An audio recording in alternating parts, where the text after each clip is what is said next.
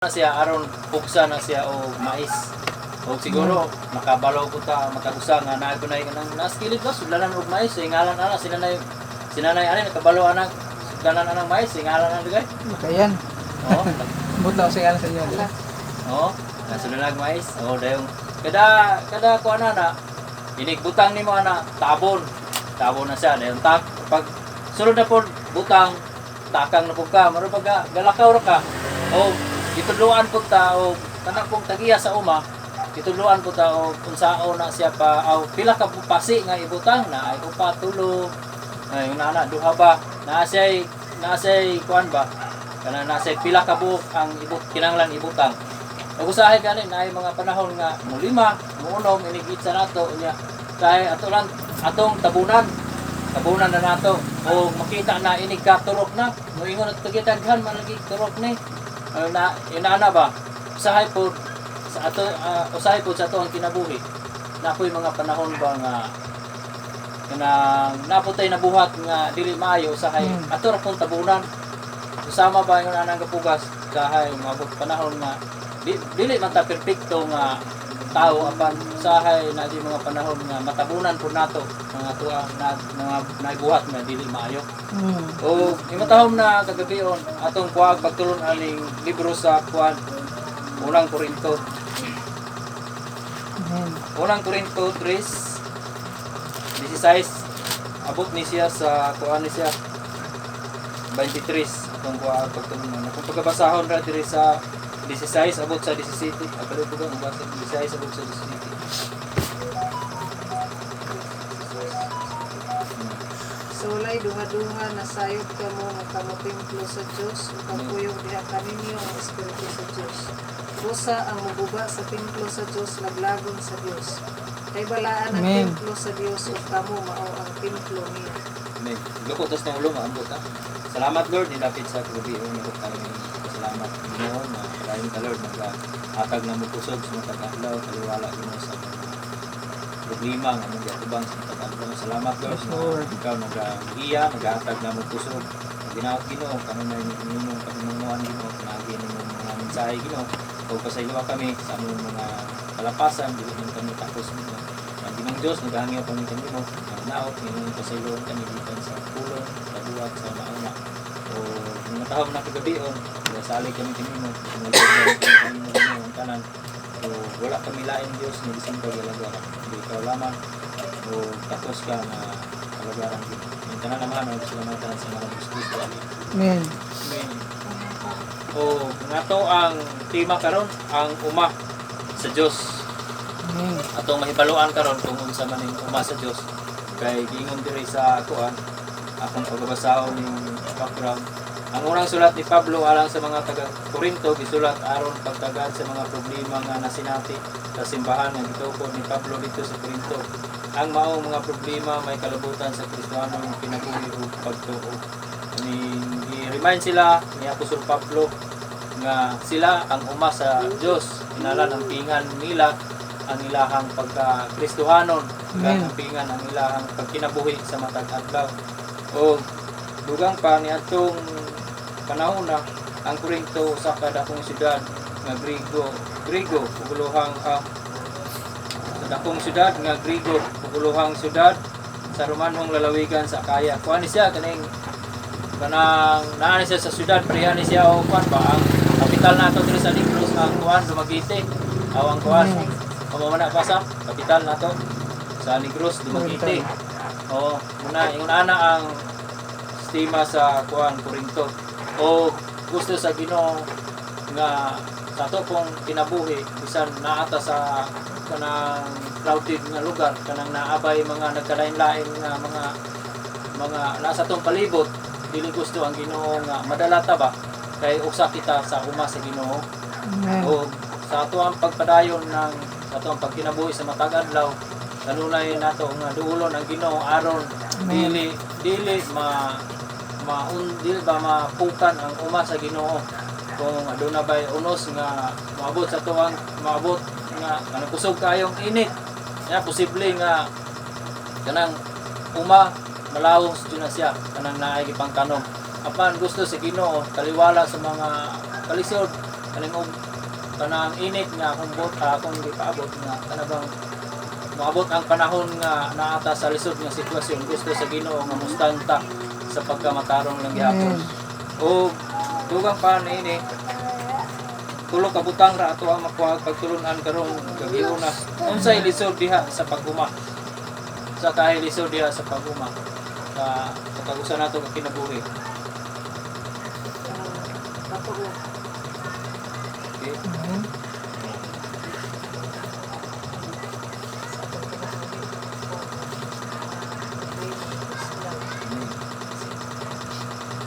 Manang sama gani akong ingon nga kanang ang uma ang lisod diha kanang kusgon ug init. O kusgon ug init mao ginay lisod sa nag-uma.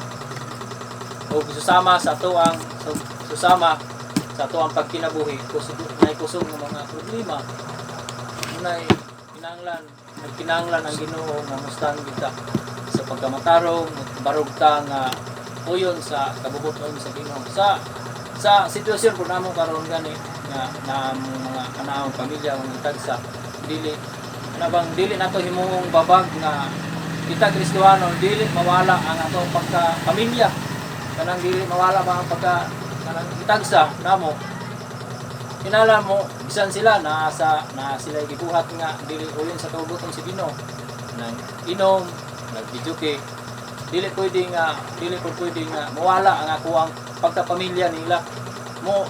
Musagol gyapon ko sa side nila, musagol gyapon ko apan kinahanglan nga mobarog kita nga dili ta madala sa kainit sa panahon nga naa karon kanamo o naot nga karon mangi ko ninyo nga pag-prayer ang gabi naot nga mo kuning tabangan pag-pray nga dili ba kuan kay lisod ba basta kanang inom na gani naa sa kuan mao gina wala joy maayo ana basta nang inom na adyo ng mga kanang bingkil mga istorya ba na dili maayo. O karon kabiyo na unsa nga uma ang buot ipasabot ni Apostol Pablo kanato karon o sa iglesia sa Corinto. Diya sa bersikulo 9 akong pagbabasahon. Atong kuhaon ning unang pagtulungan. Kay sa Dios kami isig ka magbubuhat ug kamo mao ang uma sa Dios. Kita ang uma sa Dios. Gi-remind sila ni Apostol Pablo ba nga giinan sila ni Apostol Pablo kay sa Dios kami isig ka magbubuhat ug kamo mao ang uma sa Dios.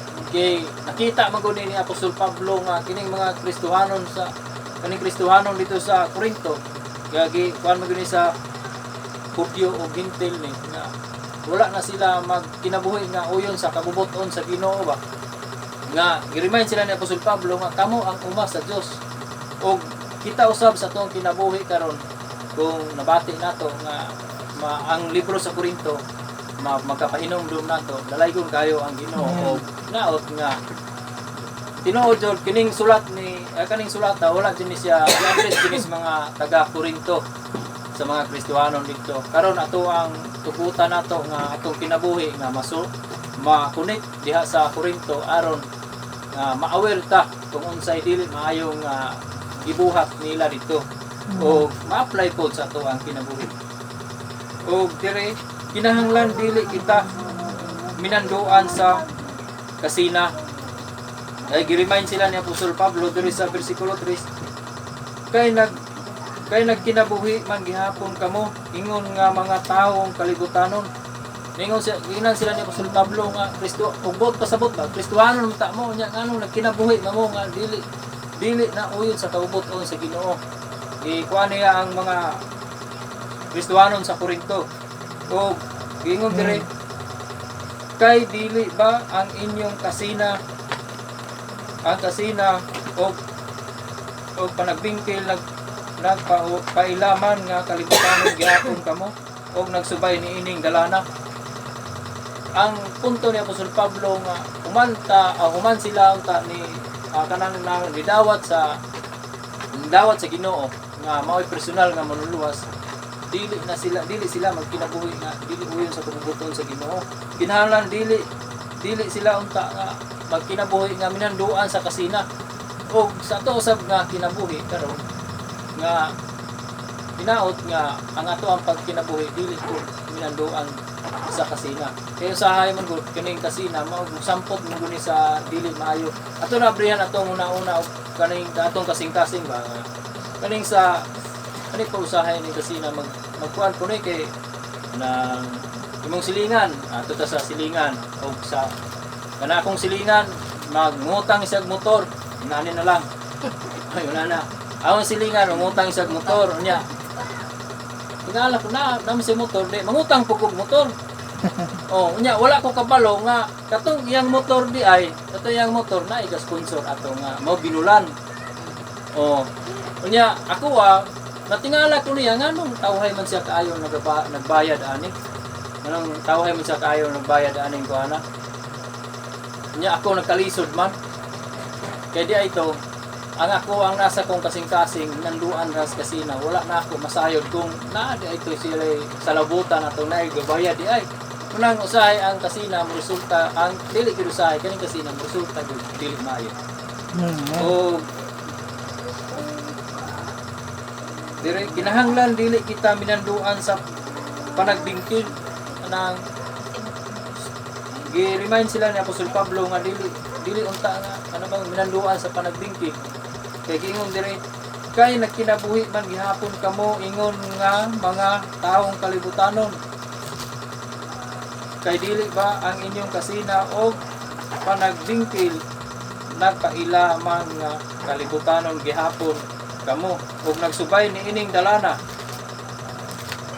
ga pahinumduman sila na Apostol Pablo nga dili magkinabuhi nga ang nanay panagbingkil ba kay kita maaw sila ang uma sa Dios ug karon kita pod atong ikuan atong kinabuhi nga kita mao koy uma kita mo ang uma sa Dios ang atong kuanon nga sa pag-uma kinahanglan jud nga aduna gitay saktong commitment sa Ginoo ug sa ato pang kinabuhi ba kinahanglan kitang nagitay saktong commitment sa Ginoo kay lisod kaayo nga kanang kuan kinahanglan jud kinunay ra jud nga ug sa kuan pating positive yun sa pagpangalagad nato sa Ginoo kay mo ginay lisod makauna-una natag dili maayo mo magdugang maguna kinahanglan nga ang atong una-una sentro ra gyud sa Ginoo ug dire sa ikaduhang butang ang uma sa Dios ang atong kaning pamilya. Amen. Kita sa ato ang kinabuhi nga dire akong basahon sa 16:17 sa walay duha-duha nasayod kamo nga kamo templo sa Dios ug nagpuyo diha kaninyo ang espiritu sa Dios. Amen. Busa ang muguba sa templo sa Dios laglagon sa Dios kay balaan ang templo sa Dios o kamo mao ang templo niya. Amen. Ampingan nato sa ato atong kinabuhi atong ampingan ang kuan jud ang ato yung kita man ang uma sa Dios nya kita ang ato apong uma nato kining atong mga anak kinahanglan jud nga mapatubo nato nga nang tamna nato nga nang espirituhanong bahin ba kay lahi lahi dako jud kayo ako gyud naobserbahan sa kinabuhi nga dako gyud kalahian kun kanang ang espirituhanong bahin mao'y atong ipugas atong mga anak kay kung mutuo na sila sa espirituhanong bahin kanang kanang sa pulong sa Ginoo automatic na aduna gyud na sila ikahadlok sa Ginoo usa kita sa ato ang kinabuhi usab ato ang bagoy priority nato atong mga anak ako upat kabuk ni ako ang anak kanang dagko nako akong anak naagi po na ni Lorenzo o ako ra i-share ninyo nga dako na kay kalahian sa kinabuhi po ni John karon nga mas lihok pa man gyud na siya kaayo kay ni Rin sa una og naagi gud mi og kanang inom naagi mi anang bisyo na kami akong asawa naagi ko mig bisyo ika na si John na dalahig namo basta dili maayo ang pag-ugmad nimo sa imong mga anak musunod gyud ang imong mga anak nang gingon diri nga atong ampingan ang kuan kay kita ang uma sa Dios. Ampingan nato ang ato ang pamilya. Amen. Ampingan nato ang ato ang kung kaugalingon.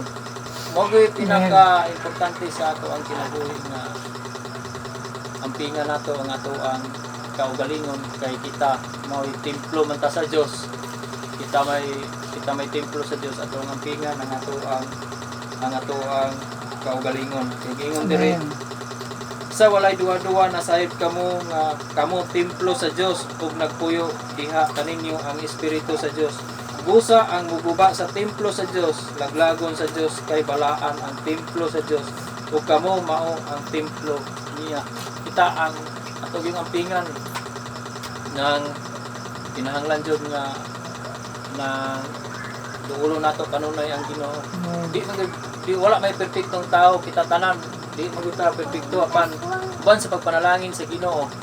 Maampingan gyud ni basta kanunay nato nga iduol ang ato ang kinabuhi diha kaniya adlaw o gabi, di lang adlaw o gabi sa tanang nga kuan ba kay dili pod nga muduol lang ta kung aduna tay mga problema nga dili na makaya kay pagduol nato mintras nga gamay pa ato nang iduol diha sa Ginoo ato ang kinabuhi. Ug diri ikatulo ang atong isig ka katao ay gingon diri sa 18 palihubas sa Kinahanglan walay maglimbong sa iyang kaugalingon. Kung ang usa ka ninyo nagkunahuna nga maalamon siya sumala sa sukdanan sa kalibutan, kinahanglan nga magpakahungog siya aron mahimo gayud siya maalamon.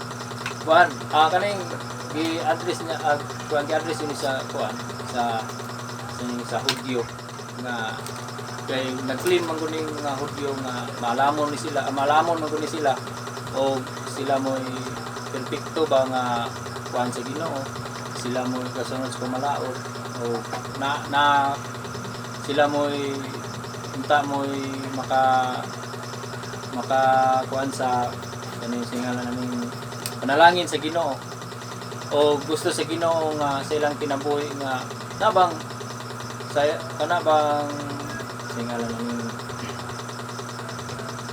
kana pulis aning abogado. Ang iya pong barkada puro na po abogado o maestro po na siya o sa intel na siya o gusto sa Ginoo sa ilang kinabuhi nga kanabang maka kuan man diri makahungo asa ni saan ko anan o magpakahungog kana bang maka anang imong ipaubos imong kaugalingon ba nga mosagol kanila o imo nimong wala og sa kuan pa sa turn pa nga wadon nimo ang kaalam nimo makisagol kanila susama pa sa kanapong prutas nga para sa nga dili ba maglain ba para sa apple og santol kinalan nga matipon ra mo dili ba isipon nga ikaw taas ka kaning usa mo bu ilang gusto sa Ginoo nga magpatas ang ato ang pananaw sa isig nato magtotoo. Amen. Kay gingon dire kay unsay buhaton ni Lord nato buhaton usab niya sa uban. Kay gingon dire sa 19 kay ang giisip niining kalibutan nga kaalam binuang alang sa Dios. Amen. Kay sumala sa gingon sa kasulatan bitkon sa Dios ang mga maalamon pinaagi ra usab sa ilang kaalam. Amen. Og laing bahin sa kasulatan nagingon nasayod ang Ginoo nga walay kapuslanan ang una-una sa mga maalamon nang atong ampingan pod ang isig ka matutuo atong mga kuan nang isig ka magbubuhat pod nga di na nato ipatas ato ang kaugalingon kay kung unsay gibuhat sa Ginoo nato buhaton usab na sa ilaha dili nato isipon nga kita ra gibless sa Ginoo kung dili ako ikaw kitang tanan nga niya karon gibless ta adlaw sa Ginoo Amen. o kitang tanan iya sa Dios o para sa Dios. Ingon diri sa 23, o kamo iya ni Kristo o si Kristo iya sa Dios. Amen. Sa katapusan mahindot ka.